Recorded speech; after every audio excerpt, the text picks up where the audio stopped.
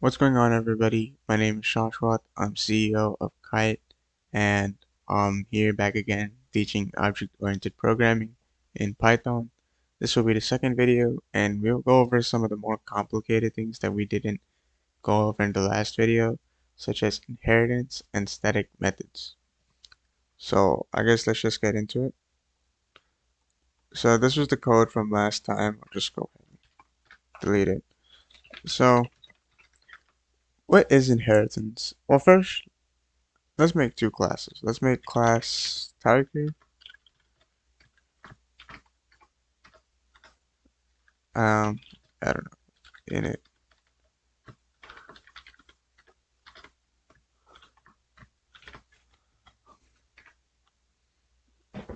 Class tiger, I don't know, make it like, we can include weight, color, whatnot, something. And then,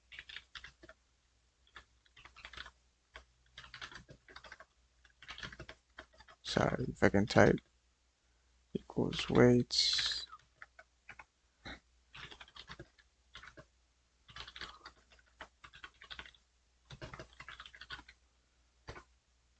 Okay, so this is our class tiger. There's no functions in it right now, but let's say we want to make a function for, I don't know, speaking, like def, or intro, def intro.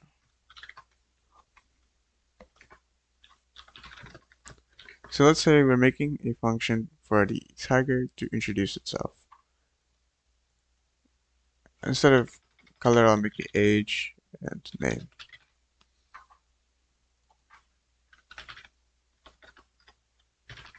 Age. We go over what I'm doing right here in the previous video, so if you're confused on why I'm doing self.age or self, all those things, just watch the previous video. And I'm building up to a point here, so okay, we have this, right, print, self, all these things. So what I'll just do is, so we're gonna print, like the tiger is gonna say, hey, my name is, and obviously we put the name, then, sorry, self.name. My name is that, I am age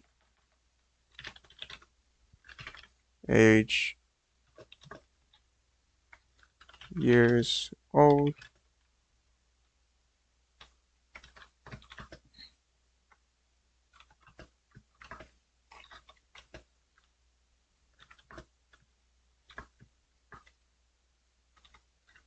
and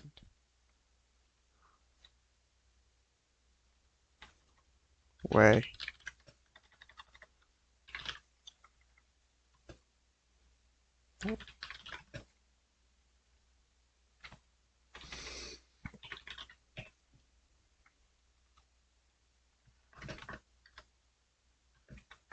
Pound.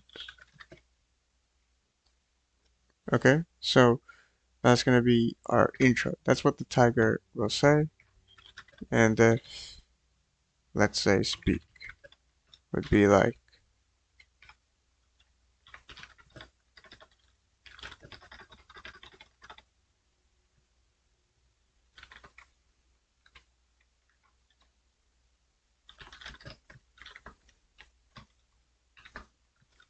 roar. Right? And now if you're making another class, let's say there's another animal, chimp, right? What's going to be in that? Def init self name age weight, and for the sake of time, let's just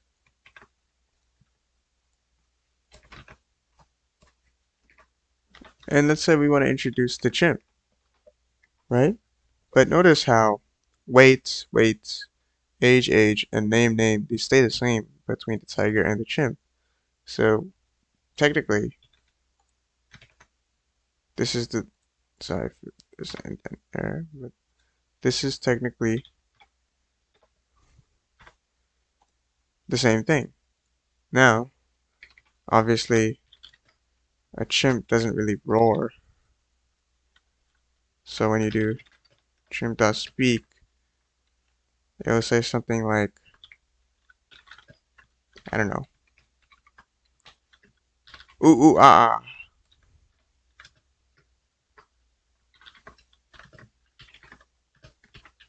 something like that, right? So now notice that these two things are different. And, but really, what's different? Just this print statement. So that's where we use inheritance. Basically, these classes, like let's create instances for these classes, like Tom the tiger. He's 165 pounds. I don't know, he's 12 years old. And yeah, his name is Tom.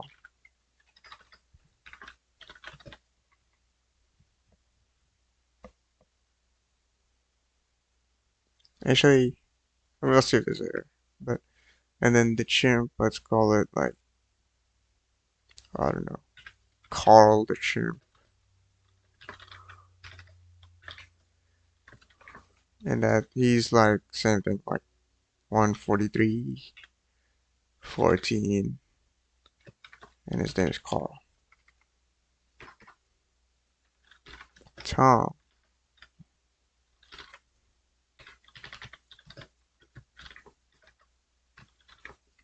Can I run? And then let's do Carl.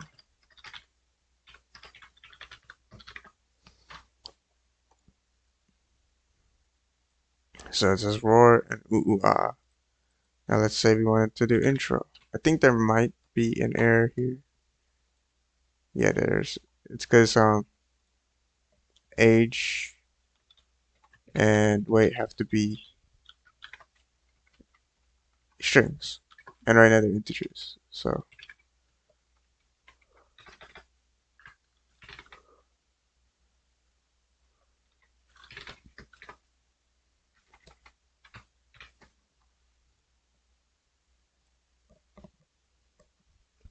notice how it works.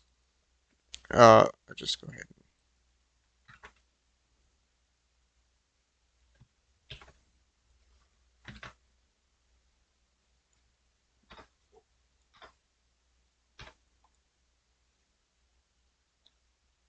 and this guy will also say the same, do the same thing.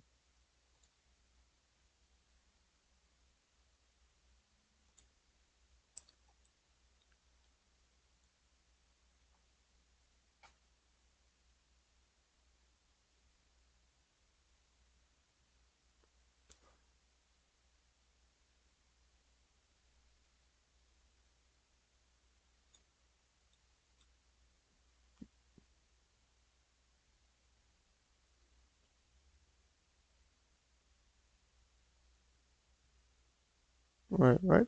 Why is that? Oh, sorry. Name, age, and weight. Not. No. Those things matter. It's silly, but yeah. Now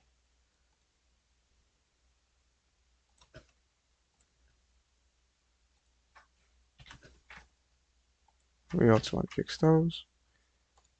Okay, now it introduces themselves, but notice how there's a lot of typing for these two things, which are relatively the same.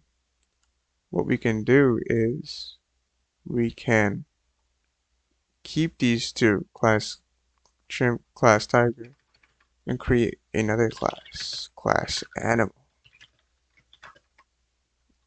In the animal, you initialize same as before, self, name, sorry, weight, age, name, and same thing.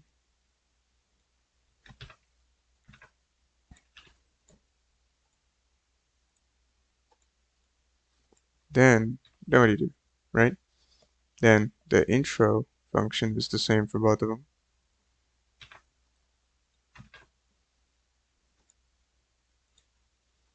So those two are the same. Now, for each of these, you can get rid of both the constructor and the intro. Then how can you use this, right?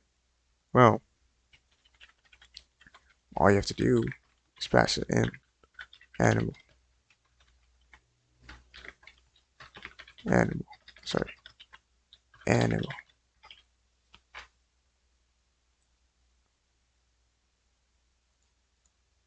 That's my bad. You have to reverse this again.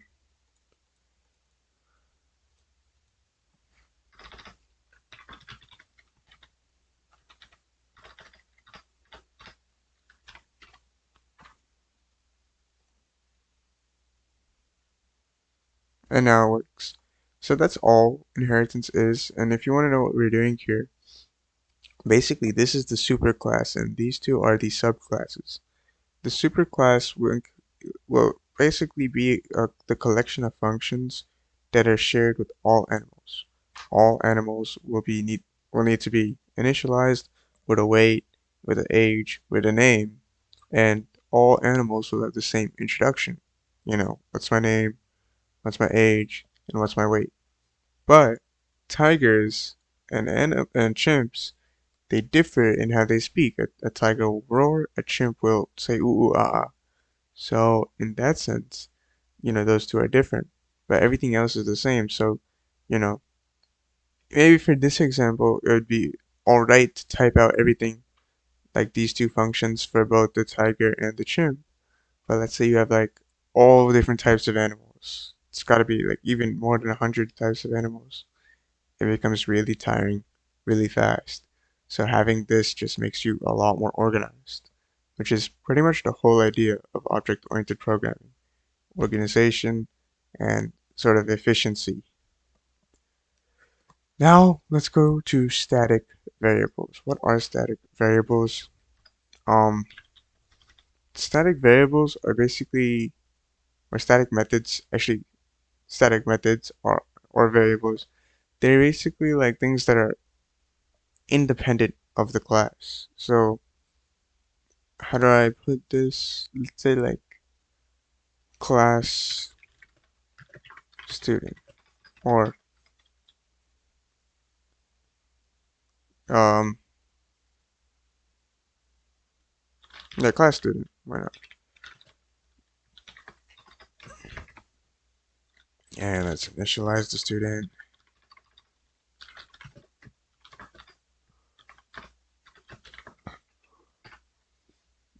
Let's say he has a name and age.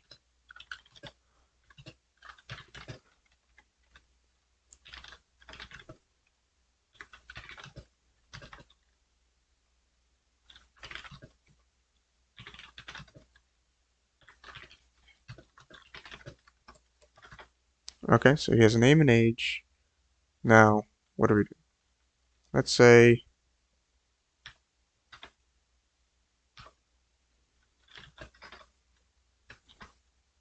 so we want to put a static method out there.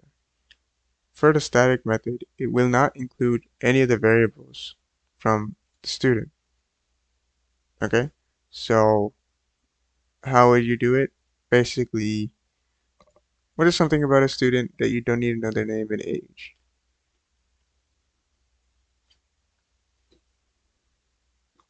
Let's do something like static method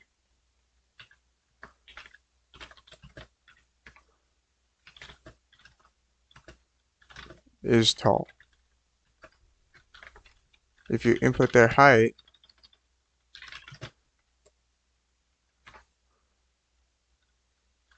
if, I don't know, height exceeds 6 feet, then print, tall.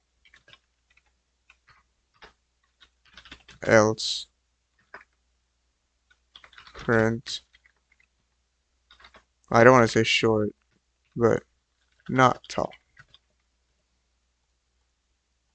So notice how I don't use any of I don't have to pass in even self, because this function will work even without having to initialize a student object. So how this would work is all I have to do, like normally I'd have to say like Sam equals student object, and then it'd be like Sam dot, speak or something. I don't even have to do anything like that.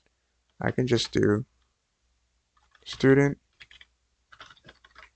dot is tall, and then I pass in like 5 foot, sorry, 5 foot, and then run it, and not tall, okay? Or I pass in 7 foot tall. So in that sense, that's what a static method is.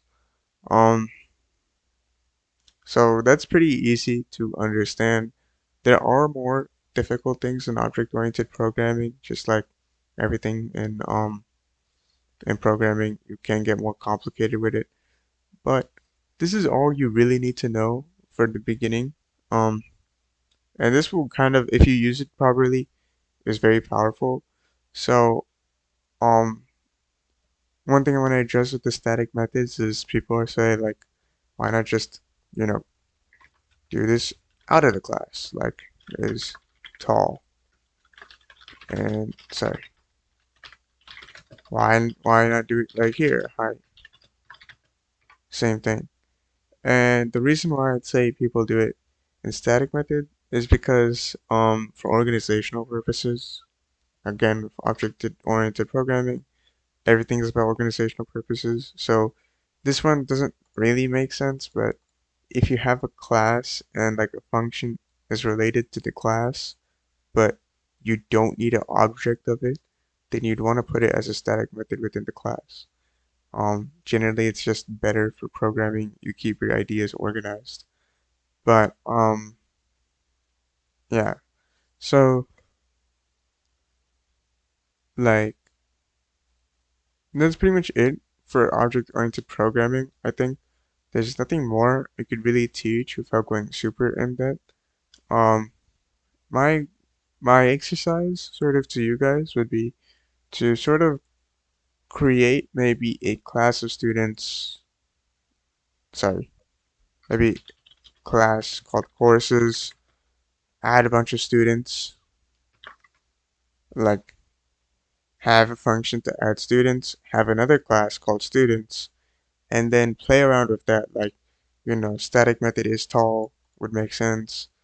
Play around, make more functions based off that, like where there's add students, and then for students you can add grades depending on the courses, find the average grade, you know, that's sort of be my exercise. But yeah, I guess if you want more, if you want more help, if you want slides or whatever, please consider joining Discord. Um, in our description, the description down below, and please consider subscribing. Thank you, and have a great day.